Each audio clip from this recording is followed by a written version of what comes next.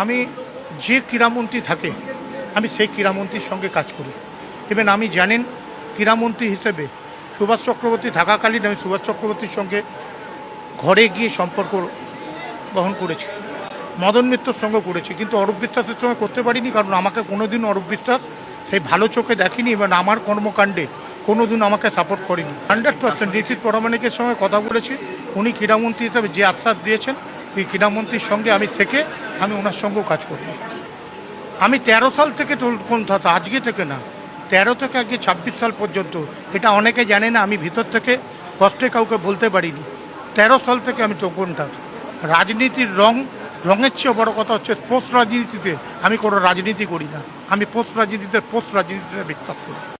নিশীথ প্রামাণিক তো আবার ওনার সঙ্গে কাজ করতে চান না, নিশীথ প্রামাণিক ওনার সঙ্গে কাজ করতে চান না। উনি চাইলে কি হবে? দুজনকেই তো চাইতে হবে না। হ্যাঁ, আসলে সবই হচ্ছে খেলা। ও ভেবেছে এতদিন তৃণমূলের খেয়েছি, এবার বিজেপির থেকে খাবো। ওটা আর হবে না ঘোষণা, ওকে বুঝিয়ে বলে দেন।